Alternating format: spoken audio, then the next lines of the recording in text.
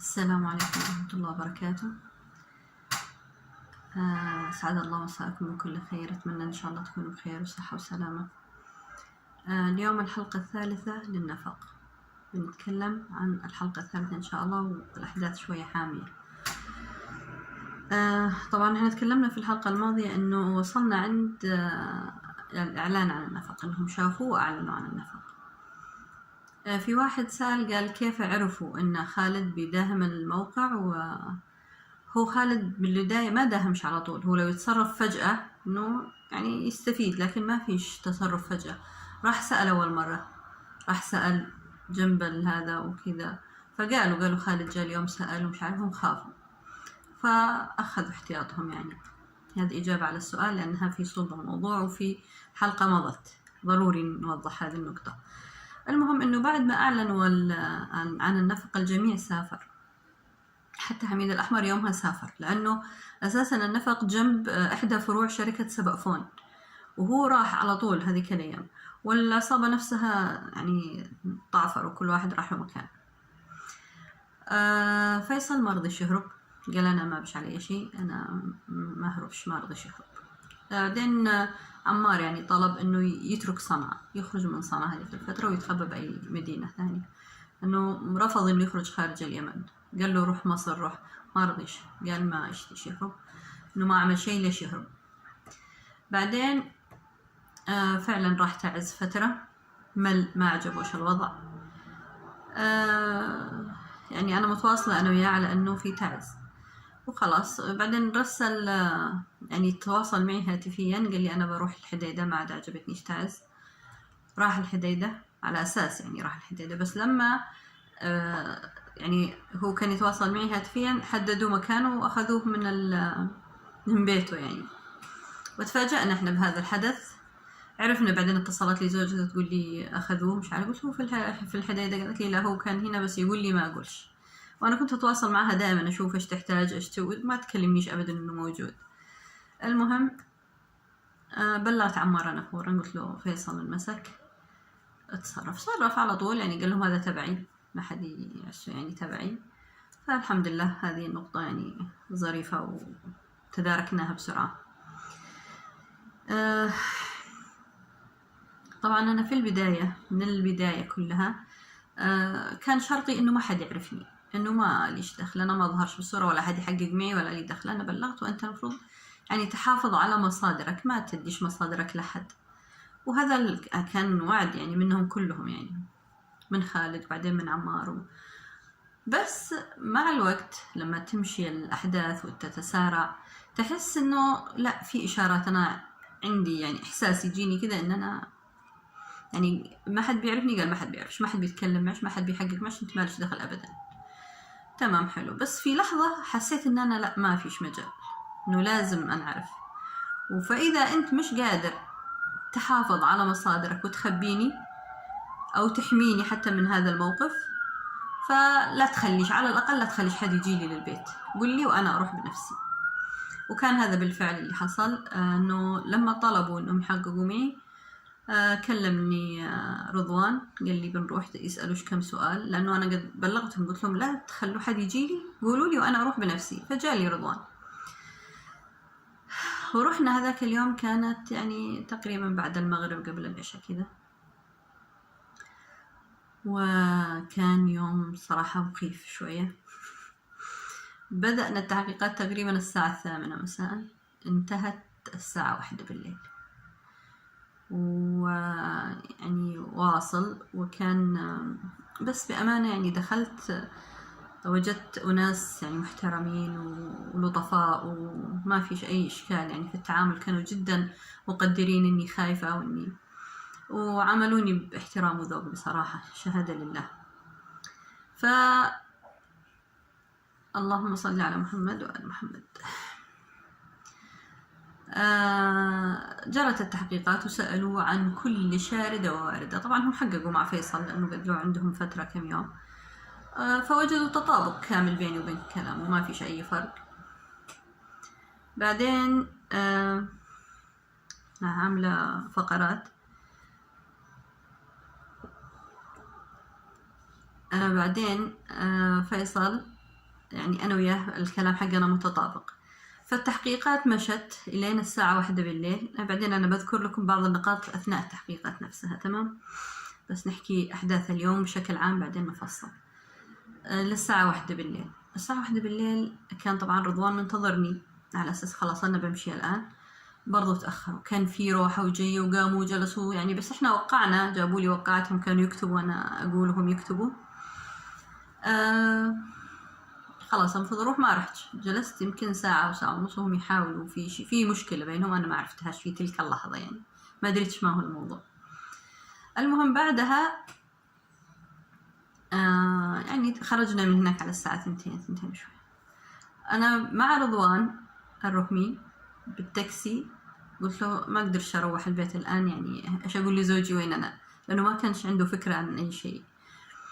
فاتصلت لأخي قلت له وصلني قريب من الجوازات، كان أخي هناك ساكن. اتصلت له قال لي أنا منتظرش، قد جننوني اتصالات وأنا منتظر إن أنت تتصلي لي، أنا داري إن أنت بتتصلي لي بالأخير عشان أوصلش. فخرج لي بسيارته من النزلة هذيك اللي جنب الجوازات، ونزلت من السيارة من التاكسي وطلعت مع أخي وسرنا للبيت وتمام. دخل معي وسلم على زوجي وكذا، خلاص انتهى الموضوع، ما فيش مشكلة. وين كنتوا يعني حكينا له ان احنا نتابع بعد فيصل وكذا، وانتهى الموضوع. يعني ما كانش عنده اي فكرة عن الموضوع خالص. سألني يا أخي كيف الوضع، حد غثاش حد ضرب إيش حد؟ لا أبدا أبدا، احترام وتقدير يعني معاملة الصراحة طيبة. والناس نفسهم اللي حققوا معي بصراحة يعني الشهادة لله، يعني وجيههم عيال ناس، هم عيال ناس فعلا يعني، ما فيش ذاك الرعب اللي في الأفلام، وما فيش الصدق. المهم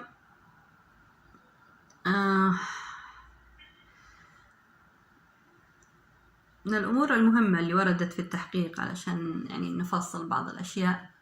ورد في التحقيق أول شيء سألني أحد المحققين قال لي أول شيء أنت عارفة إيش التهمة اللي أنت جاية نحقق معك بسببها يعني؟ قلت له أيوة النفق. وقال أيوة هي قضية النفق، بس إيش التهمة، تهمتك أنت بماذا متهمة؟ قلت له والله ما أدري. هذا طبعا قد تكلمنا يعني، قد هدأت شوي لأنه أول ما وصلت كنت جدا متوترة وخايفة. فقال لي قالوا لنا تجي زعيمة العصابة حققوا معها. أنا الصراحة ضحكت وحتى هم ضحكوا. أنا ابتسمت يعني، موضوع يضحك، أنا زعيمة العصابة، فابتسموا حتى هم ضحكوا الصراحة. سألوا عن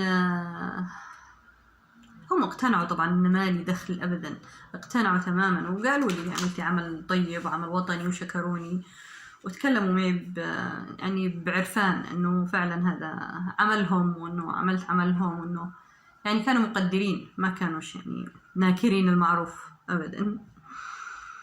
سألوا من ضمن الأسئلة قالوا ان العصابة كلها حصلت على سيارات جديدة لنج يعني، وفيصل معه سيارة بس هي سيارته قديمة يعني هي حقه أساسا.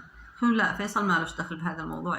أنا ما شفت أساسا مع عبد الرزاق مثلا سيارة جديدة، أو إنه فيصل تكلم عن سيارات إنهم قال يمكن ما قالوش لفيصل، بس كلهم حصلوا على سيارات.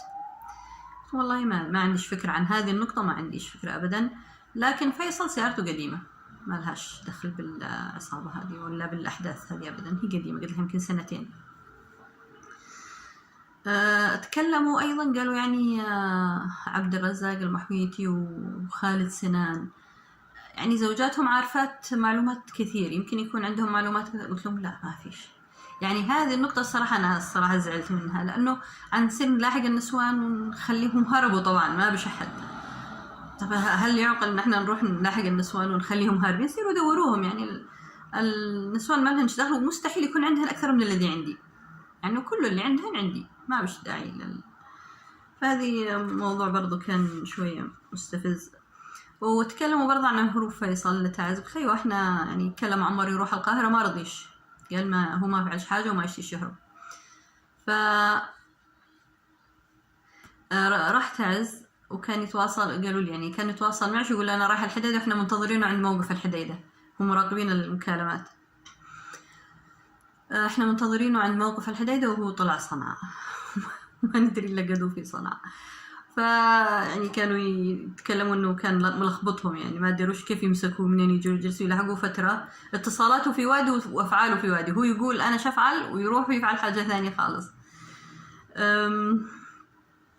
التقارير اللي كتبتها طبعا قالوا انت يعني اتهامك، يعني طبعا الاتهام اني زعيمة العصابة هذا من الرئيس عبد ربه منصور هادي، تمام، يعني هو اللي قال هذه زعيمة العصابة حققوا معها، هو نفسه وجه باعتقالي، عشان السؤال هذا تكرر كثير والآن وقته نجاوب عليه. من الذي وجه باعتقالي؟ الرئيس عبد ربه منصور هادي هو اللي قال هذه زعيمة العصابة. قلت يعني قالوا أصلا أنت بالاتصالات بتوجهي حتى خالد صالح وتوجهي رضوان وفيصل كلهم تأمرهم أمر، افعل اصنع أصلا يكون الوضع متوتر والناس اللي معك باردين، يعني أنا نار ما قدرش أتحمل هذا البرود اللي هم فيه، فكنت متوترة جدا يعني، لأنه في مرحلة من المراحل لما كنا نعطي التقارير كانوا هم شغالين ما كانوش واقفين، هم وقفوا إلا لما راح خالد سأل، فالموضوع كان موتر بالنسبة لي، يعني إذا تم أنا في الواجهة طبيعي أنا بروح فيها يعني، فكنت متوترة جدا طبيعي، فكنت أصر على خالد إنه ينقل الهدف اللي هم، وكان بالبداية يقول ما بش هدف في البداية، بس بعدين اعترف إن في هدف، قال تم نقل الهدف. هذه واحدة ارتحنا منها يعني. ورضوان افعل اطلع انزل سوي سبر، يعني كان ضروري لأنه حلقة الوصل لرضوان.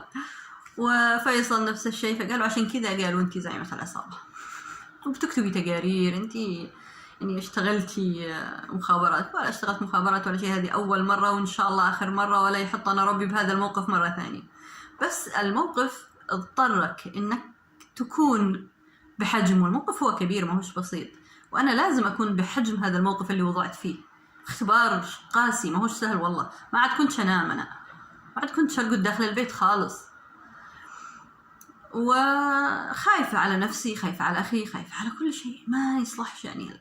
وبالبداية والله العظيم إن أنا كنت حريصة أن الموضوع، لأنه كان عندي قناعة تامة إنه باعتقال علي باغتيال علي عبد الله صالح، لكن وكنت حريصة إنه حتى العصابة ما يتضرروش، يعني ناس يعني عساكر رواتبهم ضعيفة، أغرتهم الفلوس يعني لأي سبب آخر، يعني حتى والله قلت لهم أنا أرجو أنكم ما تضروهم، قالوا نمشيهم نتخلصوا منهم تمام، بس أهم شيء لا أحد يضرهم. هذا في البداية، وعبد الله السودي يشهد على ذلك، أنا تكلمت هذا الكلام في البداية مع عبد الله السودي، وتكلمته حتى مع عمار لما قابلته، لكن ما كان يعني كبروا الموضوع زيادة، يعني هم لو كشفوا النفق وهدأوا وسكتوا، لكن لا سكتوا ولا مسكوا العصابة، ولا يعني كانت الدنيا مطعفرة زيادة عن اللزوم الصراحة. ويجي الجماعة اللي يسألوا الجماعة اللي يسألوا على المكافأة، يا أخي أنا لو عندي مكافأة ما بنشكي لك ضري، أنا مكافأة إيش؟ شايفني يعني ما أنا المكافأة، ما في مكافأة لو في مكافأة ما وصلنا لهذه المرحلة أصلا، كنت سكت وخلاص وطنشت. لكن الموضوع طبعا أنا عشان بس يقولوا من أجل أي نعم، من أجل القناة تتحرك، ومن أجل أنا يكون عندي دخل، لا تقول لي كاني ولا ماني الصراحة، هو هذا. فيقول لي للناس، يعني بعض الأشخاص يقولوا والله القائد أحمد علي استحالة يقبل أن أنت تنظلمي ويرضى وما يكافئك، لو يدري أنك ما تكافئتي أنه بيكافئك. يعني أحمد علي ما هوش ابن خالتي ولا هو بياع فلافل أوصل له وين ما أقدر يعني ألقاه في أي لحظة، صعب مش سهل أنك توصل له. سكرتاري أحمد علي ما يردوش لا البنت، ولا في عنده واحد مش عارفة إيش اسمه القوسي أعتقد، ما يردش أبدا على الرسائل، ما حد يرد على رسائل سكرتاري أحمد علي، هذا سايلنت طول الوقت، صامتين ما بش عندهم أي ردود أفعال خالص. وهذا احنا بنعلن، الدنيا كلها بتسمعنا دحين وبنعلن عن الموضوع هذا. المهم أنا حققوا معي لين الساعة 1 مثل ما قلنا، وحكينا الحكاية وخلاص ما بش داعي نعيد. طيب رجعت البيت أنا اليوم الثاني قابلت عمار، كان آسف جدا، اعتذر جدا إنه يعني عرضني لهذا الموقف، قلت له عادي مش مشكلة حصل خير. واحنا كنا حريصين عليش، لكن يعني ما قدرناش لانه توجيه من الرئيس نفسه عبد ربه، وبيقول انه انت يعني لازم تحضري، والاتصالات كانت مراقبة وما قدرناش، فقلنا تمام مش مشكلة، اللي حصل حصل، وان شاء الله بعد الان ما بيصير شيء ابدا خلاص. وبعدين اعطاني طبعا، عشان لا ننكر، اعطاني 1,000,000 ريال على قولتهم، 1,000,000 ريال يمني طبعا، وبس ومشيت. وبعدها اليوم الثاني تقريبا اتصل لي رضوان يقول لي قالوا تجيبي اللابتوب والتليفونات، موبايلاتي الاثنين ولابتوبي هاتيهم تعالي نروح لهم يعني. قلت له طيب انا صايم خليني افطر. وبعدين قال لي لا، نروح الحين بدري ونرجع بدري احسن. قلنا حاضر يلا نروح بدري ونرجع بدري. سرت اخذت اللابتوب والموبايلات وسرت، اعطيناهم اياها. قال لي الضابط ايش فعلتي؟ ايش قلت ولا فعلت شيء. ايش حصل؟ قلت ما حصل شيء، قابلت عمار بس، هذه المقابله الوحيده التقيت انا وياه. ايش فعلش؟ ايش ادالش؟ قلت له 1,000,000. قال 1,000,000 دولار. قلت له 1,000,000 ريال. المهم سكتنا، ما سالونيش، ما حققوش معي. اخذ التليفونات وانا عارفه انهم يشوش التليفونات ما بش فيها شيء اصلا، هم قد شافوا اللابتوب في فيصل يعني، ما شافوش فيه حاجه. المهم قعدت عندهم، أذن المغرب أذن العشاء. رضوان قال لهم هي صايمة، جابوا لي تفطري؟ قلت له ما بفطر، أفطر في البيت خلاص، أنا فطوري جاهز ومنتظرة أروح، لأنه ما بش حاجة حتى أسئلة ما سألونيش. وكان اللقاء الأول في مبنى الأمن القومي اللي في شعوب، وقالوا لي إذا في التحقيق الأول يعني إذا احتجنا أشبه. قلت لهم تمام أنا حاضرة في أي وقت، بس يعني لو بلاش هذا المكان، لو في مكان ثاني. فالمرة الثانية والله جزاهم الله خير، أقول لكم فعلا الناس يعني أكابر أمانة، يشهد الله. قابلوني في المبنى الأمن السياسي أعتقد، ما أعرفش أنا إيش هو هذاك، أول مرة أشوفه، أول مرة أدخله يعني، ما أعرفش حتى من خارج. هو شكله فيلا حلوة وعادية يعني، بس هل هو يعني معتمد الأمن السياسي؟ هو كان بجوار بيت عمار صالح قديما، في حد طبعا معروف أكيد كلكم تعرفوه كيمنيين يعني. المهم المرة الثانية قابلوني في هذا البيت، في هذا المقر حق الأمن السياسي يعني. قيل لي إنه الأمن السياسي ما أدري عاد هو ولا أنا فاهمة غلط. كنت أنا جالسة في غرفة مثلا كذا، وفي بالغرفة المقابلة هذا الضابط، أنا مش عارفة أقول اسمه ولا بلاش اسم، كان هو واحد كبير شوية، وفي الغرفة المقابلة كنت أشوفه أنا يعني ورايح راجع، ويعني كان متوتر ويقوم ويجلس ويتصل، ولا شكله يعني عنده مشكلة. أنا حسيت الحين أنا ليش هانا، إيش فيه، إيش فعلت؟ يقولوا لي إيش غلطي؟ قد حققتوا معي؟ قلت له ما بش عندي شيء، ليش ماسكيني مرة ثانية؟ قال لي اسمعي الصراحة إحنا من أول يوم، من هاليوم اللي حققنا معش فيه عبد ربه منصور هادي ما كانت راضي إن أنت تروحي، قال ما بالله نعتقلش، وإحنا كنا حاولنا معه بكل قوتنا إن إحنا يعني نخليش تروحي، ونجحنا المرة الأولى، بس اليوم ما قدرناش عليه، حاولنا وهو مش راضي أبدا، مصر إن أنت زعيمة العصابة وإنه لازم تعتقلي. كيف يعني؟ قال لي يعني والله هذا رئيس الدولة وما نقدرش نخالف أوامره، فإحنا مضطرين لاعتقالك ونأسف على ذلك، واعتبري نفسك أختنا وضيفة عندنا، وعد ما يصيبك مكروه، وإحنا نتابع وراكي لما تطلعي ما تقلقيش. كان قرار صادم ومخيف. في تلك اللحظة جو 2 بنات عسكريات يعني لبسوني كلبوش وطلعت للسيارة طقم هذه عسكرية يعني، ومشينا خرجنا من هذا، ورانا يعني سيارة ثانية فيها رشاش، رشاش اسمه رشاش أعتقد. المهم والله ما علي أنا بالأسلحة ما أفهمش كثير، بس إنه واحد يعني واقف وماسك حاجة وراه يعني. المهم أمن شرس كان، وكنت ألتفت وشوف كل ده عشاني، والله كنت مستغربة كثير. المهم بس كان الموقف كبير يعني. لحظة ما خرجنا من الحوش أنا لمحت أحد الضباط اللي حققوا معي لحق ورانا بسيارة، وأنا بصراحة ارتحت لهذه النقطة إنه حد منهم جاء وراي. ارتحت لهم لأني الصراحة، لأنه أنا حسيت إنهم يعني أمينين وخافوا والله، ما همش أي كلام بأمانة. لذلك لما شفت واحد منهم يلحقني ارتحت. وبالفعل مشينا، طبعا كنا ماشيين وما كانوا مغطين عيوني، كنت شايفة كل شيء. لما اقتربنا من المكان والله لو أخذوني فاتحة العينين في وضح النهار ما أدري وين أنا، ما أعرفش أنا الأماكن بسهولة، وإنه ما أعرفش هذه الأشياء، ولا حتى أشكال الناس أحفظها بسهولة. يعني لازم أشوف الشخص وأتكلم معه فترة عشان أتذكر أن أنا شفته. اللي أشوفه كذا بسرعة يقول لي كان لابس ولا لابس، ولا والله ما انتبهت. المهم اقتربنا من المكان فغطوا عيوني، ربطوا عيوني يعني وغطوني، وواصلنا المسيرة. وخلاص دخلت. أول ما دخلت طبعا تفاجأت إنه المكان اللي أنا فيه غرفة، يعني غرفة مفروشة، موكيت مفروشة، في فرش نوم، في ستاير، في شبابيك كبيرة، يعني كأننا في غرفة من غرف البيت حقنا يعني عادي. جاوا يصوروني، قال لهم هذا الضابط لا أحد يصورها، ما تصوروهاش، فخلوني أنا ما حد صورني. طبعا قصة الاعتقال نفسها أو داخل المعتقل هذه برضو حكاية طويلة، إذا تحبوا أحكيها، بس ما لهاش علاقة يعني ماذا حدث معي، هم جابوا لي، خلينا نكملها، نطول الفيديو اليوم يلا. هذول الثنتين البنات على أساس يناموا معي طول ما هن جالسات. طبعا أنا ما أكلت، أضربت أنا الطعام، ما أكلت هذاك اليوم. والبنات من يوم جالسات يشتوا يروحوا، من بيجي وراهم بكرة، من يجي وراهم بكرة، وأنا خايفة من هذه النقطة، أنهم يخلوني وحدي، مرعوبة جدا أنهم يتركوني وحدي.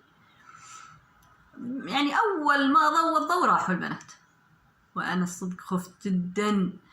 فجاءت يمكن بعد العصر كذا، جابوا لي واحدة ثانية.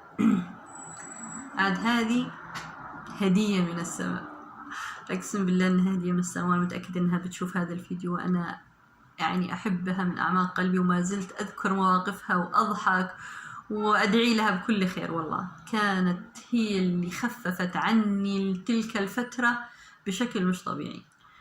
وبرضه ما بش داعي لذكر الأسماء، وأقول لها عبر هذا الفيديو إني عرفت لما تزوجت، وكان نفسي والله أجي أبارك لها، بس خفت، وعرفت حتى عنوانها والله، وكان نفسي أقترب منها وأشكرها يعني ونكون مع بعض اجتماعيا، بس خفت إن هذا يضرها هي كموظفة في الأمن وكذا، فخفت عليها والله، وتوقفت عن هذا السبب، إني ما أحب أضرها. يعني قلت يمكن مش مسموح لهم يعني يتعاملوا مع المعتقلين بعد الخروج ولا شيء، ما وسلامتكم. بس جلست معي هذه البنت طول فترة الاعتقال، ما تركتنيش خالص، حتى إن أبوها مرض واعتمى، ارتفع عليها السكر واعتمى، والله ما تركتني، أقسم بالله. وأمها كانت هي وأبوها مرضى في نفس التوقيت هذاك لما مرض هذا المرض. بعدين حصل عندها حاجة كبيرة في البيت، ما عاد أذكرش والله إيش اللي كانت، يعني كان عندها مشكلة كبيرة. هي والله ما تركتني حتى أمها وأبوها مريضين، كانت تتصل تطمن عليهم كل شوي، بس ما راحت، ما رضيتش تفلتني، لأنه أول ما وصلت قلت لها أنت الحين عاد تصير تفلتيني، وبكيت. وهي رحمتني، قالت لي لا والله ما فلتش خلاص، وغلقت. ولا هي أول ما وصلت برضو كانت زي البنات تسأل من بيجي بعدي. لما شافتني بكيت قالت لي لا ما بسش، بجلس معش، وجلست معي طول الفترة. والله أنا أشكرها من أعماق قلبي، وأقول لها I love you so much والله.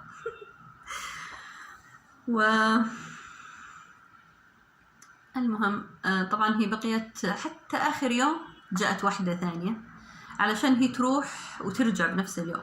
هي رايحة قالت أيوة، هي راحت مرة واحدة طبخت، قالت ايش بنفسك؟ قلت لها اشتي مكرونة. راحت طبخت لنا مكرونة وجابت لي حلويات وكذا، ورجعت طبخت بالبيت. مع العلم انهم في يعني كل الايام اقسم بالله الفطور مرتين، الغداء مرتين، العشاء مرتين.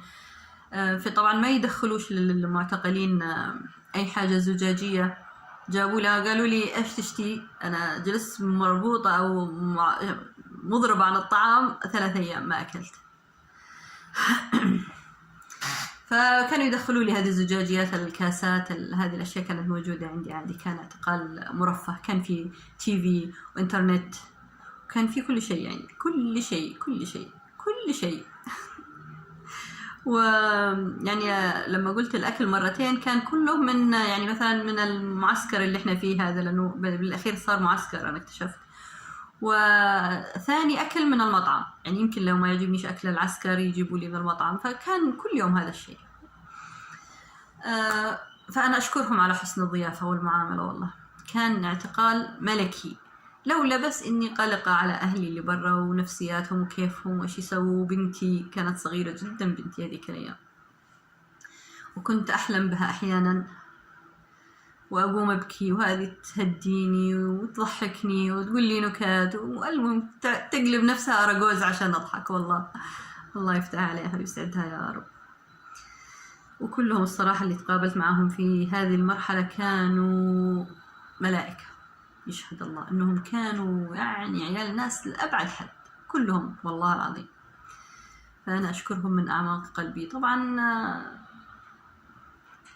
ما أدري إيش أقول والله، بس بعيدا عن المقارنات، أعتقد الزمن لا يأتي بأفضل إن شاء الله رب العالمين يجعل الخير في بلادنا. نكمل موضوع إيش موضوع، خلاص أنا حكيت أعتقد كل شيء. الإضراب، قالوا لي أيوة ضربت 3 أيام، ضربت 3 أيام ما رضيت شاكل. أنا على إيش؟ قالوا أنت الحين بتضغطي علينا إحنا. هو عبد رب عادي موتي مش مهتم، بس أنت بتضغطي علينا إحنا، كلي واهدئي وخلينا إحنا بعد إيش ما نفلتش. وأكلت الصراحة، عندهم جابوا لي أخذوني للأمن القومي عندهم، وقالوا لي هذا الكلام بعد 3 أيام من الإضراب، وأكلت وبس، ورجعوني نفس المكان مرة أخرى. بس قد كانت النفسية أهدى شوية، هدأت لما البنت معي، ولما هم طمنوني أكثر من مرة، يعني الصراحة هدأت. الآن في الحلقة القادمة نحكي، يعني هذه قضية نص ساعة. أحد يقول لي قصرتي معانا؟ طبعا هم هربوا كلهم العصابة، تمام. الآن من اللي محبوس؟ أنا وفيصل، يعني أنا وأخي الحين، يعني إحنا اللي تورطنا، إحنا اللي شلنا الشيل. أنا أقول إنه بسبب إيش؟ بسبب إنه ما فيش، يعني ما فيش قرار، يعني ما في اللي لازم يتخذ القرار ما يتخذه بالوقت المناسب، يتأخر كثير. هذا اللي خلى الأمور تسوء. يعني لو هم فعلا لا كانوا قادرين، الصراحة كانوا قادرين يحيطوا بالأمر. والله لو أنا من غير ما أدرس عسكرية ومن غير ما ألبس ميري، أقسم بالله ما كانوا يفلتوا، وإني كنت لا أمسكهم كلهم. لكن كان في برود ما هوش مبرر، أقسم بالله. فما عرفتش أنا الصراحة، وما اشتيش أدخل في تفاصيل جانبية الآن تفتح لنا مواضيع كثيرة لأن قد طولنا. لكن إن شاء الله الحلقة القادمة بنسلط الضوء على أشياء كثيرة، بنتكلم أكثر إن شاء الله. وإن شاء الله يكون الصوت حلو هذه المرة، لأني جايبت لكم مايك، اشتريت مايك. وإلى اللقاء، ومع السلامة.